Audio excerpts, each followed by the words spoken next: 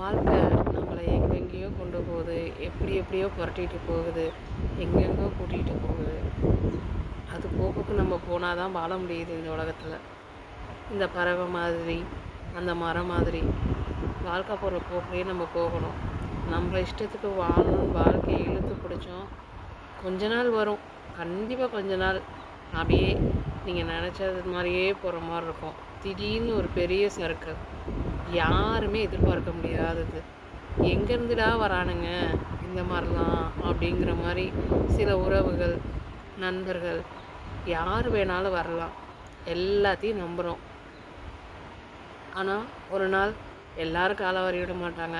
கண்டிப்பாக யாராவது ஒருத்தர் காலவாரி விடுவாங்க. எல்லாத்தையும் எதிர்கொண்டு தான் வாழ்ந்தாகணும். நல்லவங்க, கெட்டவங்க. நம்ம சின்ன வயசில் நம்ம அம்மா சொல்லியிருப்பாங்கள்ல, நல்லது தான் பேசணும், நல்லது தான் செய்யணும்னு. ஆனால் இந்த வாழ்க்கை சரௌண்டிங் நம்மளை கெட்ட பாதையில் கூட்டிகிட்டு போயிட்டு தான் இருக்குது. ஆனால் ஒரு நாள் உங்கள் மனசாட்சி நம்ம சின்ன வயசில் நமக்கு விதைச்ச விதை நல்லது மட்டும்தான் பேசணுங்கிற ஒரு இடத்துக்கு உங்களை கூப்பிட்டு போகும். அப்போ நம்ம மனசு ஒன்று சொல்லும், புத்தி ஒன்று சொல்லும். வேறு வழி இல்லாமல் நம்ம இஷ்டத்துக்கு வாழ முடியாமல் கஷ்டப்பட்டு தப்புகள் கூட செஞ்சுருப்போம். அதுலேருந்து வெளியே வரவும் ட்ரை பண்ணுவோம். எல்லாராலையும் முடியும்னு சொல்ல முடியாதுல்ல. அதுக்காக தப்பு மட்டுமே செய்யுங்கன்னு நான் சொல்ல வரல. முடிஞ்ச அளவுக்கு நம்ம அம்மா நமக்கு சொன்ன நல்லது கெட்டதுங்களை யோசித்து நல்லது செஞ்சு பார்த்துக்கிட்டே வாங்க. ஒரு கட்டத்தில் நல்லது மட்டுமே செய்கிற சுச்சுவேஷன் அமையலாம். எல்லாத்துக்குமே கண்டிப்பாக அமையும். அப்போ தான் நம்ம சாகும்போது ஒரே ஒரு செகண்ட் யோசிக்கணும், நம்ம நல்லா வாழ்ந்தோம், யாருக்கும் துரோகம் பண்ணாமல் வாழ்ந்தோம்.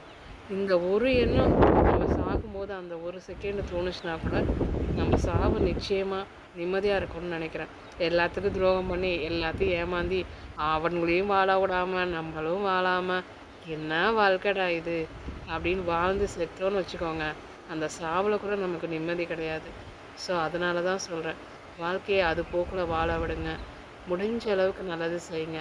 கடைசியில் நம்ம நிம்மதியாக போய் சேரும்போது நம்ம நல்லா வாழ்ந்தோங்கிற எண்ணம் மட்டும் நமக்கு போதும். யாருக்கும் துரோகம் பண்ணாமல் வாழ்ந்தால் அந்த ஃபுல்ஃபில்லே நம்மளை நிம்மதியாக கரை சேர்க்கும். அதுவும் இல்லாமல் நம்ம செஞ்ச புண்ணியம் நம்ம பிள்ளைங்களுக்கும் சேரும்னு நம்ம நம்பணும்.